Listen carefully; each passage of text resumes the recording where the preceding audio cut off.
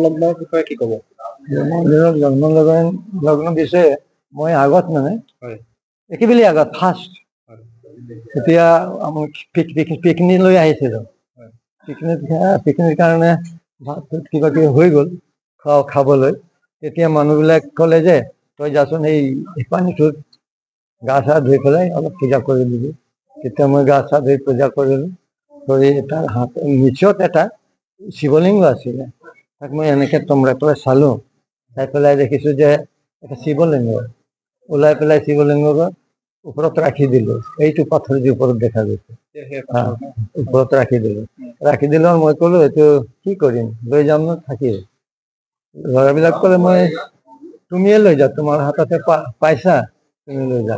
তেতিয়া মই সেই পাথৰটোক ৰাখি পেলাই ক'লোঁ যে এতিয়া যিমান ভাৰী আছে ইমান ভাৰী যদি থাকিব তেতিয়া মই লৈ যাম, যদি বেছি ভাৰী হৈ যায় তেতিয়া মই ল'ব নোৱাৰিম। এনেকৈ কৰি দেখিলোঁ যে যাৱাৰ সময়ত লৈ পেলাই মোৰ ঘৰত ৰাখিলোঁ। ঘৰত ৰাখি কিছুদিন পিছত ইয়াতে এটা চাফা কৰি মন্দিৰ বনালোঁ। মন্দিৰ মানে এনে ঝুপড়িৰ নিচিনা টিঙৰ এটা সৰু। আপুনি কিমান চনত ইয়াত স্থাপিত কৰিছিলে? ৭৫ চনত 65 75 65 নাই 75। তেতিয়া মই ৰাখি ইয়াত প্ৰথম হনুমান মানে মেলাটো লগালোঁ। বেছি টকা নহয়, 36 টকা। 36 টকাত প্ৰথম হনুমান মেলাৰ আৰম্ভ হৈছিল। আৰু বৰ্তমান সময়ত কেনেকুৱা হৈ আছে হনুমান মেলা? হনুমান মেলাত সেইকাৰণে মানুহ বেছি নহয়, বহুত জংঘল আছিল, কম মানুহে আছিলে। তেতিয়া মানুহবিলাক যেতিয়া দৰ্শন কৰে পইচা দি, সেই পইচা দি আকৌ আগৰবাতি কিবা ফল মূল আনি আকৌ দিওঁ। এনেকে 3 দিন চলালো। তেতিয়াৰ পৰা 3 দিনীয়াকে চলাই আছিলে? তেতিয়াৰ পৰা 3 দিনীয়া। কিমান টকাত চলাইছিলে বুলি ক'লে? 36 টকা। 36 টকাত আপুনি 3 দিন চলাইছিলে। আৰু বৰ্তমানৰ বাজেট কি? বৰ্তমানৰ কেনেকুৱা হৈ আছে? এতিয়া বৰ্তমান বাজেটটো লাখ হিচাপে চলি আছে। লাখ হিচাপে চলি আছে। 2 লাখ 1.5 লাখ এনেকে চলি আছে। এইবাৰ কেইদিনীয়া অনুষ্ঠান?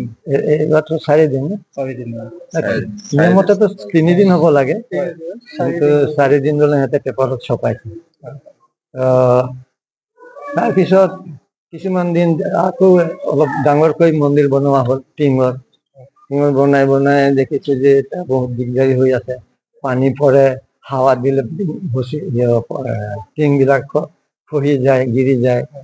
তেতিয়া ৰাইজে অলপ নিজে চিন্তা কৰি চালে যে টকা পইচা অলপ জমা কৰি এইটো যদি বনোৱা হয় তেতিয়া ভাল হ'ব। তেতিয়া এই মন্দিৰটো আৰম্ভ হ'ল। প্ৰায় 86-80 এনেকে চনত আৰম্ভ কৰা হৈছিল। আজি ইয়াতে কি অনুষ্ঠিত কৰিছে আপোনালোকে? আজি ইয়াত মানে কি আমাৰ প্ৰত্যেক বছৰতে এপ্ৰিল মাহত হনুমান পূজা হয়। হনুমান পূজা হয়। আৰু এই হনুমান পূজাটো আমাৰ মানে 3 দিন 4 দিন কাৰ্যসূচী থাকে। মানে জাগৰণ এটা থাকে, সেইদিনা আমি ভগৱানক নিমন্ত্ৰণ কৰা হয়। সেই নিমন্ত্ৰণ মিলাই পেলাই 4 দিন হয়। তো ইয়াত সেই 3 দিন মেলা লাগি থাকে। দোকান আহে আৰু মানুহ সকলো অসমৰ মানুহকেইটা, আপোনাৰ দূৰ মানুহকেইটা পূজা পাঠ কৰিব আহে। পূজা পাঠ কৰি আহে, চবেই আহে আৰু আমাৰ লোকেল ৰাইজও আহে। আৰু আমি ইয়াত পূজা কৰোঁ। আমাৰ বাগানৰ যি চাহ শ্ৰমিক, আমাৰ বাগানৰ যিকেইটা কাম কৰে তেওঁলোকৰ পৰা চান্দা তোলো আমি। এটা চাহ শ্ৰমিকৰ পৰা 350 টকাকৈ আমি চান্দা কাটো। চান্দা কাটি পেলাই আমি এটা কমিটি গঠন কৰোঁ। সেই কমিটি গঠন কৰি পেলাই আমি এই পূজাটো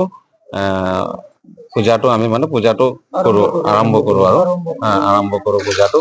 আৰু সেই পূজাটো আৰম্ভ মতে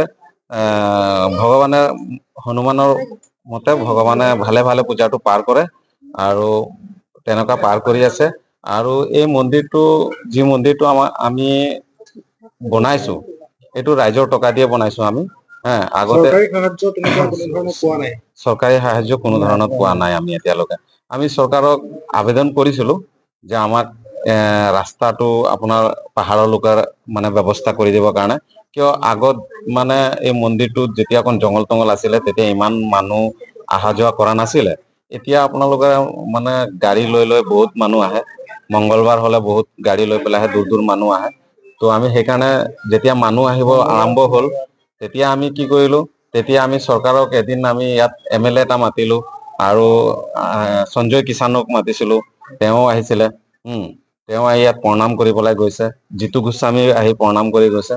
তো তেখেতলোকে আমি কৈছিলো যে আমাৰ ইয়াত যিটো জাগা আছে, পাহাৰ অঞ্চল যিটো জাগা হয়, সেই জাগাটো আপোনালোকে আমাক অলপ ইয়াত সুবিধা কৰি দিয়ক, যাতে মানুহকেইটা ভাল মতে আহি পেলাই খোজকাঢ়ি আহি নাইবা গাড়ীখন লৈ পেলাই ওপৰত আহি পেলাই তেওঁলোকে ভগৱানৰ তাত প্ৰাৰ্থনা কৰি যাব পাৰিব বুলি কৈছিলো। কিন্তু তেওঁলোকে সেইটো সুবিধা, চৰকাৰী সুবিধাটো কৰি দিব পৰা নাই। আৰু কাৰেণ্টৰ বৰ্তমান কাৰেণ্ট আহিছে, কিন্তু এতিয়ালৈকে মানে কাৰেণ্টে চালু হোৱা নাই। কাৰেণ্টে দিছে, এতিয়ালৈকে চালু হোৱা নাই।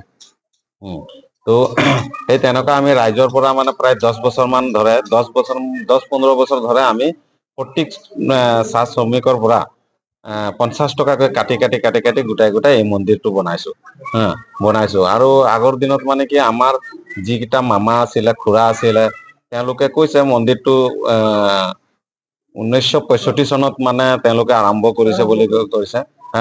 আৰু ইয়াত যিটো আপোনাৰ শিৱৰ যিটো শিৱৰ এইটো শিৱলিংটো যিটো পাইছিলে, তো এই আমাৰ এই মামাজন নি পেলাই আমাৰ এই 2 নম্বৰ লাইন বুলি কয়, সেই 2 নম্বৰ লাইনত নি পেলাই এখন পাকাৰ মন্দিৰ আছে, সেই পাকাৰ মন্দিৰটোত দিছে।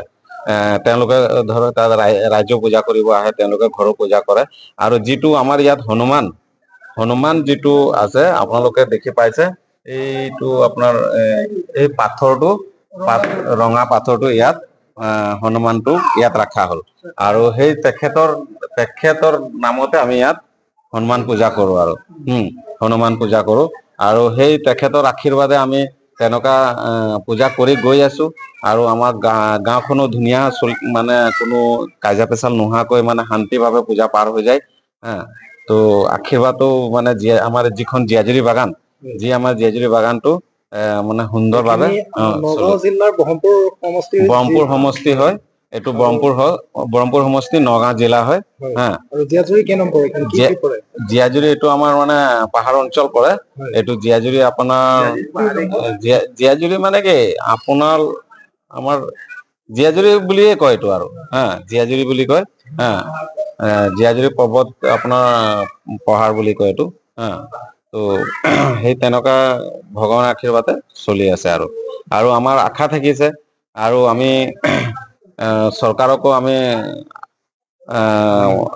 আবেদন কৰিব বিচাৰিছো যে তেওঁ যদি আমাৰ এই পাহাৰ অঞ্চলত যদি কিছু সুবিধা কৰি দিয়ে, তো আমি চৰকাৰক ধন্যবাদ দিম। মানে এই পাহাৰ অঞ্চলত যিকেইটা মানুহ এতিয়া এই মানুহ বিলাক খোজকাঢ়ি তাৰ তলৰ পৰা খোজকাঢ়ি আহিছে, অকণ বুঢ়া বুঢ়ী বিলাকো আহি আছে, তেওঁলোকে ৰখি খোজকাঢ়ি আহি আছে।